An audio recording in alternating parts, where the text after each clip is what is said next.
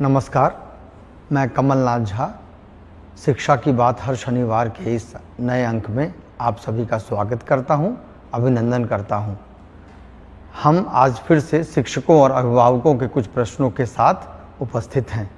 आपके प्रश्नों के उत्तर देने के लिए हमारे साथ डॉक्टर एस सिद्धार्थ, शिक्षा विभाग के अपर मुख्य सचिव उपस्थित हैं। मैं आपका स्वागत करता हूं, अभिनंदन करता हूं सर। एक शिक्षक ने पूछा है, दरअसल ये ट्रांसफ़र के संबंध में है, कि हमसे किसी ने फ़ोन पर कहा कि 70,000 रुपये दो और मनचाही जगह पर पोस्टिंग ले लो। हमने तैयारी भी कर ली थी सर, लेकिन आपने ऐसा कौन सा सॉफ्टवेयर बनाया कि खेला हो ही नहीं पाया। सर, जो कभी हुआ नहीं वो कैसे संभव हुआ, बिना पैसे का ट्रांसफ़र हो रहा है सर। देखिए, ट्रांसफ़र प्रक्रिया में जो सॉफ्टवेयर उपयोग किया जा रहा है वो फुली मतलब कोडेड है, और उसमें ना ही डीओ को पता चलेगा, ना ही डीओ के किसी कार्यालय में किसी को पता चलेगा, और ना ही जिस टीचर का ट्रांसफ़र हो रहा है उसको भी जानकारी नहीं होगी कि किस क्रम में पोस्टिंग आएगा और किस क्रम में वहाँ पर उसके स्क्रीन में, डीओ के स्क्रीन में आएगा।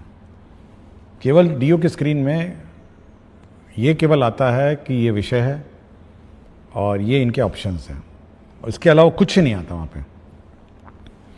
इसलिए मैं भी नहीं पता कर पाऊँगा क्योंकि इतना कोडेड है। और अंतिम में जब फाइनली डीएससी के डायरेक्टर प्राइमरी एजुकेशन के पास आएगा तो इसकी फिर समीक्षा की जाएगी कि वास्तव में ये फॉर्मूला के अनुसार करेक्ट है या नहीं है। इसलिए यदि अगर कोई झांसा देता है कि हम आपका करा देंगे तो या तो साइबर ठगी होगा, जैसे अन्य ठगी नहीं होते हैं कि फ़ोन करके पैसा मांगते हैं, ओटीपी मांगते हैं। तो मेरा अपना अनुमान ये कहता है कि इसी प्रकार का कोई ठग है जो फ़ोन करता है। और मैं देखा था एक दो अखबार में भी किसी ने इसका उल्लेख किया था। तो मैं टीचर से ये कहूँगा कि भाई ये आप आराम से रहिए और किसी साइबर ठग या किसी ठगों के से दूर रहें। और 20 तारीख को उससे पहले भी नहीं, 20 तारीख को आपके इनबॉक्स में आपका जो स्कूल कहाँ आवंटित है वो आ जाएगा। और छुट्टियां मना रहे होंगे टीचर, मेरा उम्मीद है, और मैं चाहूँगा कि वे खुशी खुशी अपना छुट्टी मनाएं और इस टेंशन से दूर रहें और ठगों से जो परगला रहे हैं उनसे बचें। एक गोपाल प्रसाद राय शिक्षा सेवक हैं, मध्य विद्यालय महंदीपुर, कोचा धामन, किशनगंज से। इनका कहना है कि ये शिक्षा की बात हर शनिवार का इनको हर एक सप्ताह इंतज़ार रहता है। अभी प्रत्येक जिले में छोटे बच्चे तरह तरह की गतिविधियों से गणितीय समझ को विकसित कर रहे हैं। सर, अगर आप समर कैंप में बच्चों को हंसते पढ़ते देखेंगे तो आपको बहुत अच्छा लगेगा। देखिए, मैं किसी एक समर कैंप में, एक दो समर कैंप में आऊँगा और बड़ा उत्साहजनक इसका परिणाम निकला है कि बच्चे खेलते खेलते समर कैंप में गणित का अभ्यास कर रहे हैं। और ये हर लंबे अवकाश में आयोजित होना चाहिए और इसके अच्छे परिणाम आ रहे हैं। और इसमें एक तो बच्चे की जो कंटिन्यूटी है, लर्निंग कंटिन्यूटी है, वो बनी रहती है, और साथ ही साथ उसका जो पढ़ाने का माध्यम है वो जो रेगुलर स्कूल है से भिन्न है। तो मैं ज़रूर मैं समर कैंप में आऊँगा और मैं देखूँगा जी। एक गृहिणी हैं, नीता गुप्ता नाम है, मर्दाहा टोली पटना की रहने वाली हैं। इनका कहना है, महाशय, मैं एक गरीब परिवार की महिला हूँ। मैंने अपने बेटे का नामांकन माध्यमिक विद्यालय मिर्दाहा टोली पटना में करवाया है एवं हर रोज़ अपने बेटे को नियत समय पर विद्यालय भेजती हूँ, परंतु यह देखकर बहुत ही आहत हूँ कि विद्यालय में पठन पाठन का कार्य नहीं होता है। मेरे बेटे की तरह ही सारे बच्चे कक्षा में बैठकर शिक्षक के आने का इंतजार करते रहते हैं, परंतु शिक्षक कार्यालय में बैठकर बातें करते रहते हैं, जिससे मेरा बच्चा घर आकर मुझे ये कहता है कि माँ, मुझे भी नामांकन प्राइवेट विद्यालय में करवा दो। महोदय, मैं डेली समाचार के माध्यम से आपको देखती हूँ और सुनती हूँ, जिससे मुझे विश्वास होता है कि अब सरकारी स्कूल में भी अच्छी पढ़ाई होती है, परंतु अपने बच्चे की स्थिति को देखकर ऐसा लगता है मानो वो एक भ्रम है। मान्यवर, मेरी आपसे विनती है कि आप अपने लेवल पर इस विद्यालय के पठन पाठन की जांच करें ताकि दोषी सामने आ सके। मैं आपकी सदा आभारी रहूँ। देखिए, ये मैसेज मेरे व्हाट्सएप में आया था और मैंने अपने ऑफिसर्स को कहा है इस विद्यालय की जांच करें, और मैंने यह भी कह दिया कि इसके सारे टीचर्स बदल दें। ये भी मैंने कह दिया है कि जो भी टीचर्स यहाँ पढ़ाते हैं पूरे के पूरे बदल दीजिए, और यदि यह बात सत्य निकलती है जांच में तो मैं तो इनको जिला से बाहर निकाल दूंगा। मतलब जो पटना जिला मुख्यालय में बैठे आनंद ले रहे हैं, ये बिल्कुल इस जिले से बाहर चले जाएंगे। तो मैं बिल्कुल स्पष्ट कर दिया हूँ मैंने। ये देखिए, बहुत स्पष्ट है और शिक्षा विभाग का बहुत स्पष्ट निर्देश है कि अगर इस प्रकार की शिकायत आएंगी और आप बैठे स्कूल में केवल गप लड़ाएंगे और टाइम पास करेंगे, तो आप ये कंप्लेंट अगर आ गई और उसकी जांच हो गई तब तक उस जिले से बाहर चले जाएंगे। मैं प्रखंड और पंचायत की भी बात नहीं करूंगा, मैं सीधे जिले से बाहर कर दूंगा। मुझे बड़ा दुख हुआ जब मैं इस व्हाट्सएप में इस महिला, इस गृहिणी का मैंने मैसेज पढ़ा और इमीडिएटली मैंने कहा कि सारे टीचर बदल दीजिए, और हम ये टॉलरेट ही नहीं करेंगे कि कोई इस प्रकार का बर्ताव किसी स्कूल में करे। और मैं बहुत बार चेतावनी दे चुका हूँ और बहुत ही स्पष्ट मैंने अपने डीओ को कहा है कि अगर कंप्लेंट आई और कंप्लेंट में सत्यता आई तो आप यह सुनिश्चित करेंगे कि पटना जिला अगर उसको मुझे ना पड़े तो कोई प्रॉब्लम नहीं होगा। ये अपने को नजर आएंगे या अपने को कहीं बॉर्डर जिले में नजर आएंगे, इतनी दूर हम लोग इनका पोस्टिंग कर देंगे। कोई रियायत नहीं हम इनको देंगे। आपको स्कूल में भेजा है, आपको स्कूल में सब सुविधा दी है, आपके घर के स्कूल में, आपके घर के निकट स्कूल में हम लोगों ने पदस्थापन किया है, और उसके बाद अगर आप पढ़ाएंगे नहीं तो फिर ऐसे दूर दराज जाइए जहाँ पे आप पढ़ाने के अलावा आपके पास कोई काम ही नहीं रहेगा। सर, एक राधिका शर्मा हैं, गोपालगंज जिला में शिक्षिका हैं, सिधवलिया प्रखंड एनपीएस बुचिया काली टोला में कार्यरत हैं। इनका कहना है कि महोदय, मेरे साथ एक भीषण दुर्घटना हुई जिस कारण मेरे सीधे पैर के घुटने के सभी लिगामेंट टूट गए और उसके बाद मेरा ऑपरेशन कराया गया। महोदय, मैं 4 जनवरी 2025 से 31 मार्च 2025 तक मेडिकल अवकाश पर रही और इसके भुगतान के संबंध में मुझे किसी प्रकार की सहायता उपलब्ध नहीं करवाई जा रही। देखिए, हम लोगों ने बहुत स्पष्ट निर्देश दिया है। आपने देखा होगा एक अवकाश के संबंध में निर्देश दिया है। अवकाश अवधि में वेतन नहीं रोकना है अनलेस एंड अनटिल नो पे लीव पे कोई है, और यदि अवकाश अवधि में कोई टीचर का वेतन रोकेगा तो उस पर कार्रवाई हो जाएगी। मैं इसका रिकॉर्ड मंगवाऊंगा।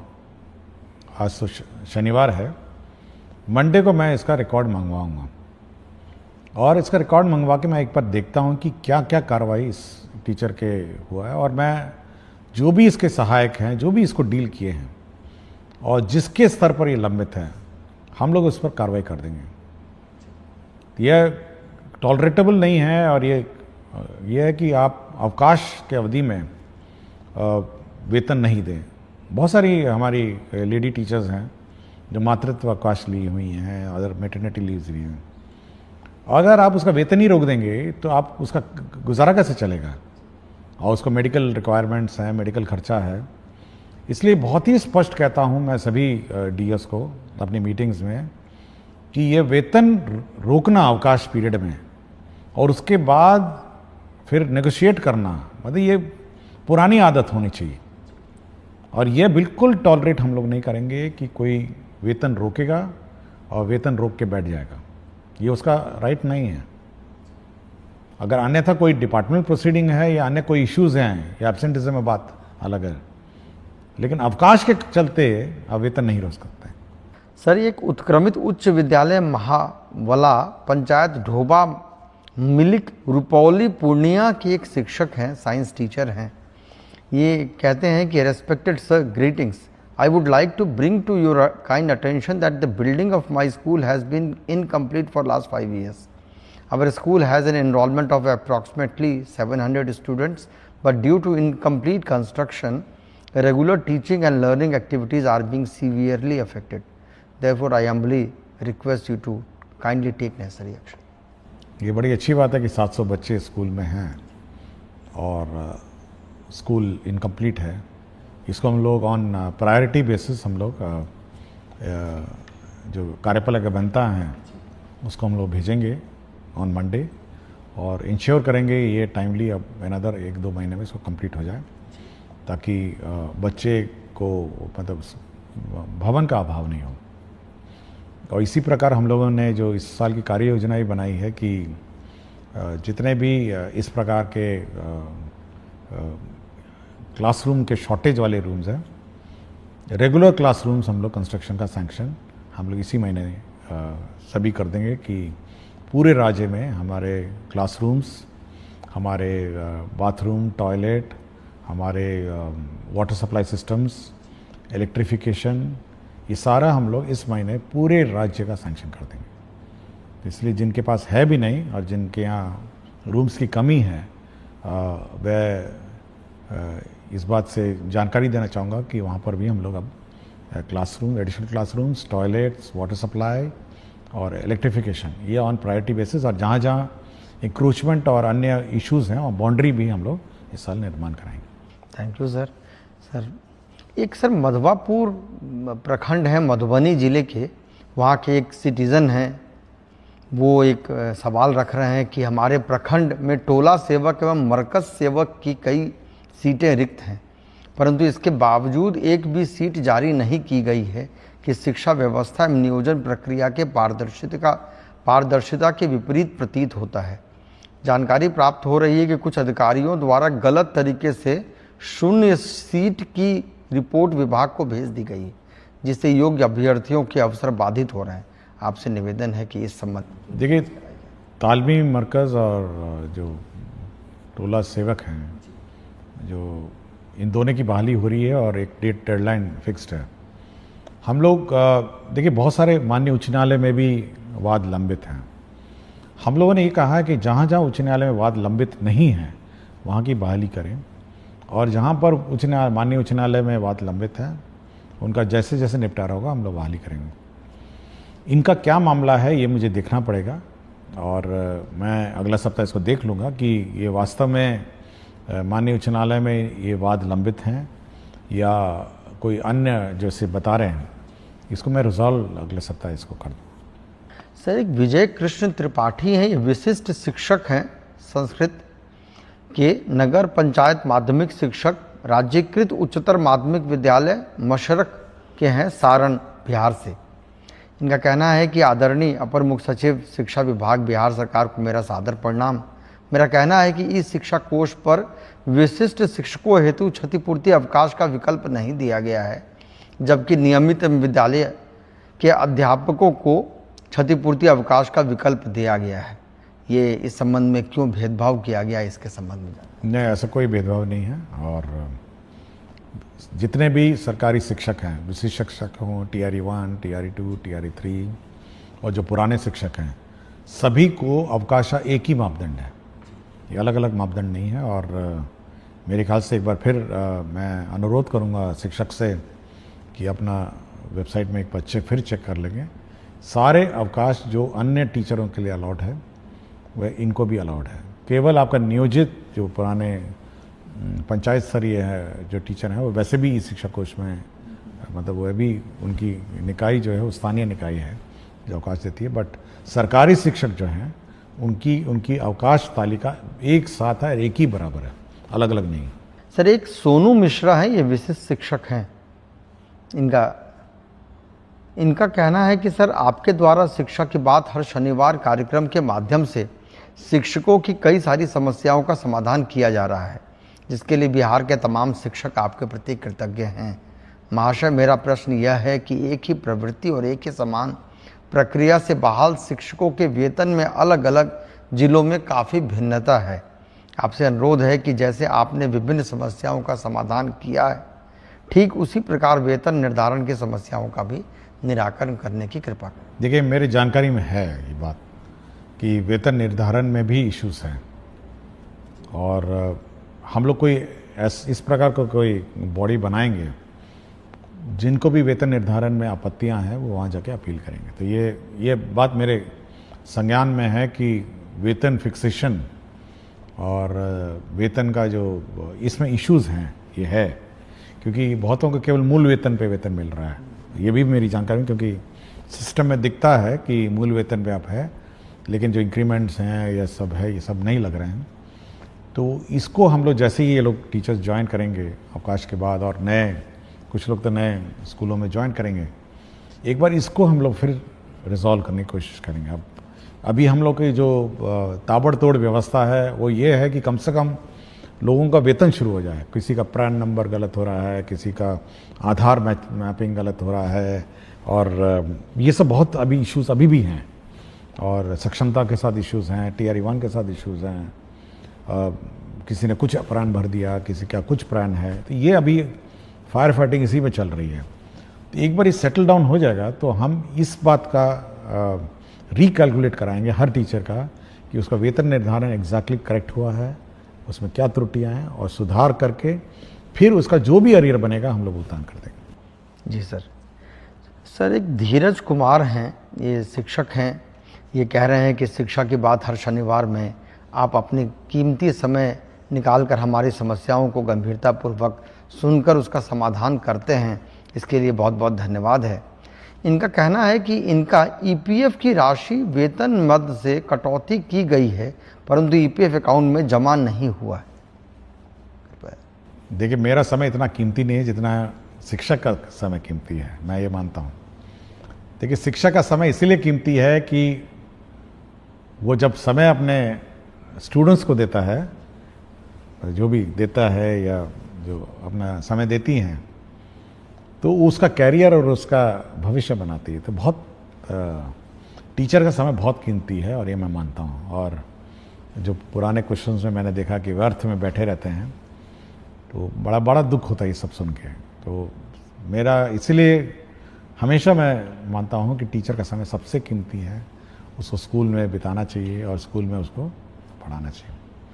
जहाँ तक EPF की बात है, मैं वो जैसे पिछले प्रश्न में मैंने आपको कहा, एक बार ये फाइनली एक बार सेटल डाउन हो जाए तो पुराने जो विशिष्ट शिक्षक शायद EPF वाले थे, तो हम लोग ये रिकैलकुलेट करेंगे कि EPF में कितना बकाया है, और ये इंश्योर करेंगे कि मतलब इसी महीने कम से कम EPF क्योंकि प्रक्रिया है, तो इसी महीने कम से कम EPF का हम लोग सुनिश्चित करेंगे कि EPF की कटौती अपने अपने अकाउंट्स में चली जाए। सर, एक झूमी कुमारी शिक्षिका है उत्क्रमित मध्य विद्यालय मर्धन डांगी, प्रखंड दिघल बैंक, जिला किशनगंज की।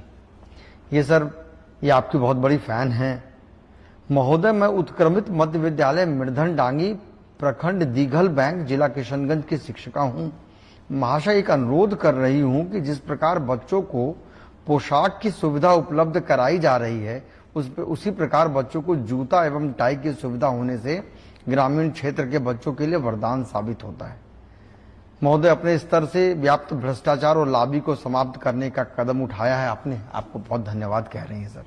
और इसी प्रकार का एक सवाल सर, जितेंद्र नारायण शार्दुल हैं, ये उत्क्रमित मध्य विद्यालय के शिक्षक हैं।